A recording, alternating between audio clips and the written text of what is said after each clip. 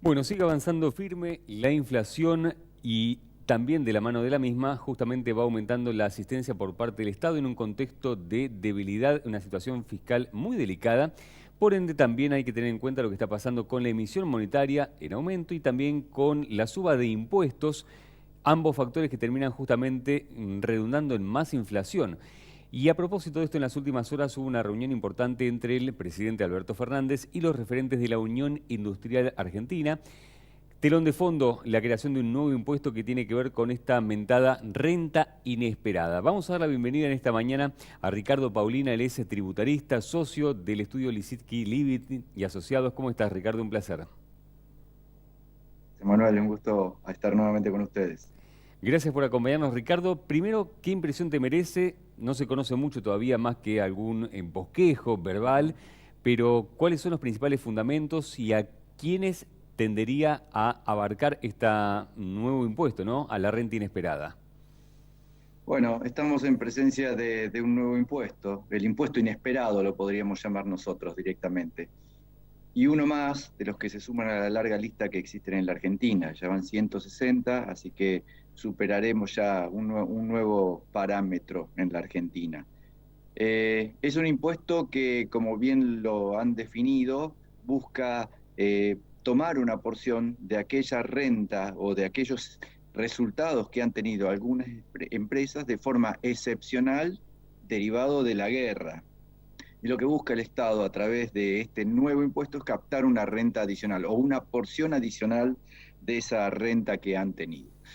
En palabras del ministro, esto tiene que ser no una renta derivada de las mayores inversiones que han hecho las empresas, es decir, no derivada del giro normal y habitual, sino que tiene que ser algo que pueda, digamos, haya sido excepcional. Una busca sacar una parte de algo que ha sido excepcional en este contexto muy particular.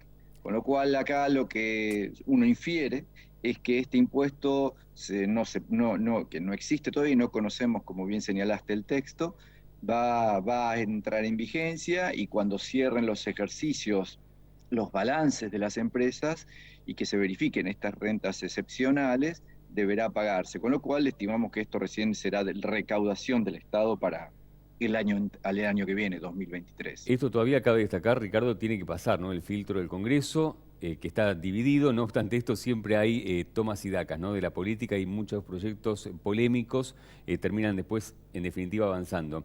Pero, ¿quién termina esto pagándolo? ¿Quién asume los verdaderos costos? ¿El empresario al que dice el gobierno apuntar? ¿Ese empresario que se enriqueció en forma inesperada teóricamente? ¿O el empresario se da vuelta y traslada este mayor costo a los demás eslabones que son más débiles, en definitiva, cuyos últimos perjudicados terminan siendo, por caso, el sector productivo o bien el mismo consumidor? Esto, sin ningún tipo de dudas, lo va a terminar pagando el consumidor. ¿Y por qué es así? Por dos motivos. El primero es que el empresario obviamente va a tratar de darse vuelta y trasladar este impuesto. Esto es así, no hay que no hay que hacer magia ni ser adivino para darse cuenta. Ha sido así a lo largo de la historia, a lo largo de las distintas empresas y la actividad empresaria que existe en todo el mundo. Hay una traslación del impuesto. Y si no es total, puede ser parcial, pero siempre lo va a existir.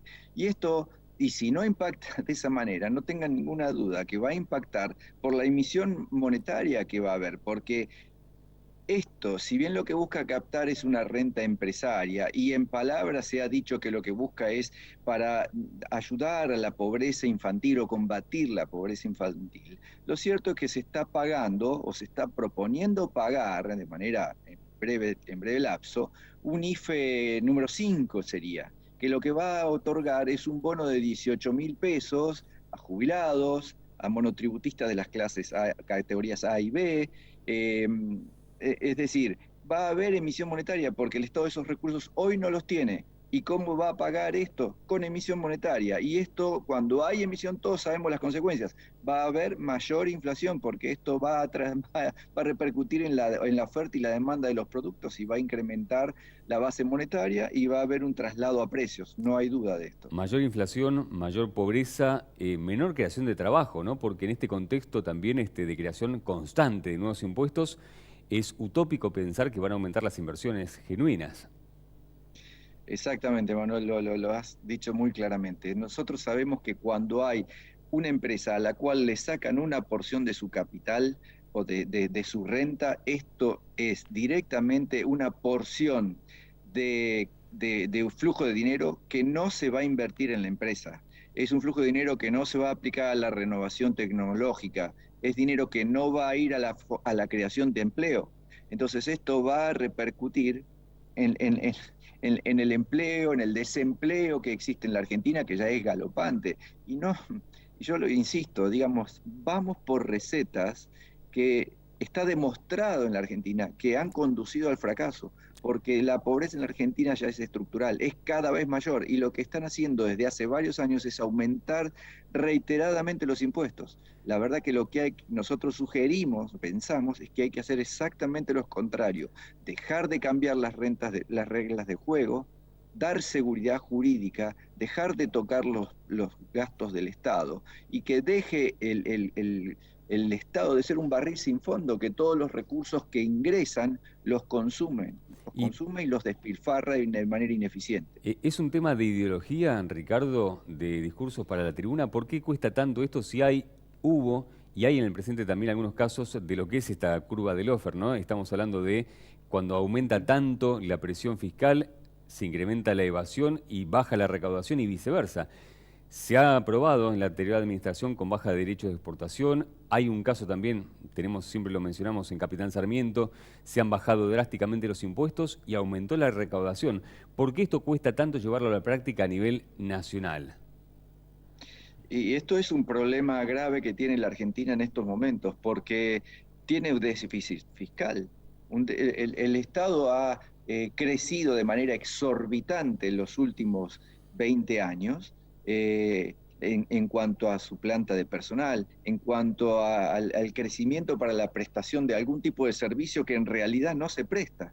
Entonces, todos esos gastos, toda esa estructura, hay que solventarla. Y la única manera de solventarla cuando la Argentina se va achicando cada vez más es creando más impuestos. Entonces, lamentablemente, la dirigencia política está desenfocada, creo que no está a la altura de las circunstancias que está viviendo la ¿Pero Argentina es y de la directamente problemática o que es tiene. inversamente proporcional, Ricardo? ¿Más impuestos implican más recaudación o, a mediano plazo, menos recaudación? Vos lo mencionaste claramente, Manuel.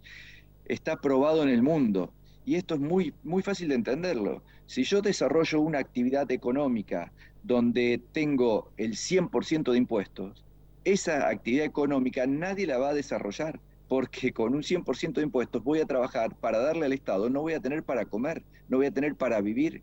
Entonces, en el otro extremo tenemos a quien desarrolla una actividad que tiene cero de impuestos. Entonces, en esa actividad va a haber mucha gente que lo va a trabajar porque no paga impuestos, porque tiene oportunidades, porque tiene posibilidades. Es lo que pasa en la Argentina. Estamos ahogando a cualquier actividad privada con impuestos y lo que va a pasar es que van a terminar de existir las empresas. Lo que tiene la Argentina que hacer es ubicarse en una posición intermedia como lo hacen todos los países del mundo. Ricardo Paulina, tributarista, un placer. Gracias por haber madrugado con nosotros, ¿eh? Muy amable. Al contrario, Abrazo Manuel, grande. muchas gracias a ustedes. Buena jornada. Nos vamos a la última pausa, breve, cortita. Ya estamos de regreso.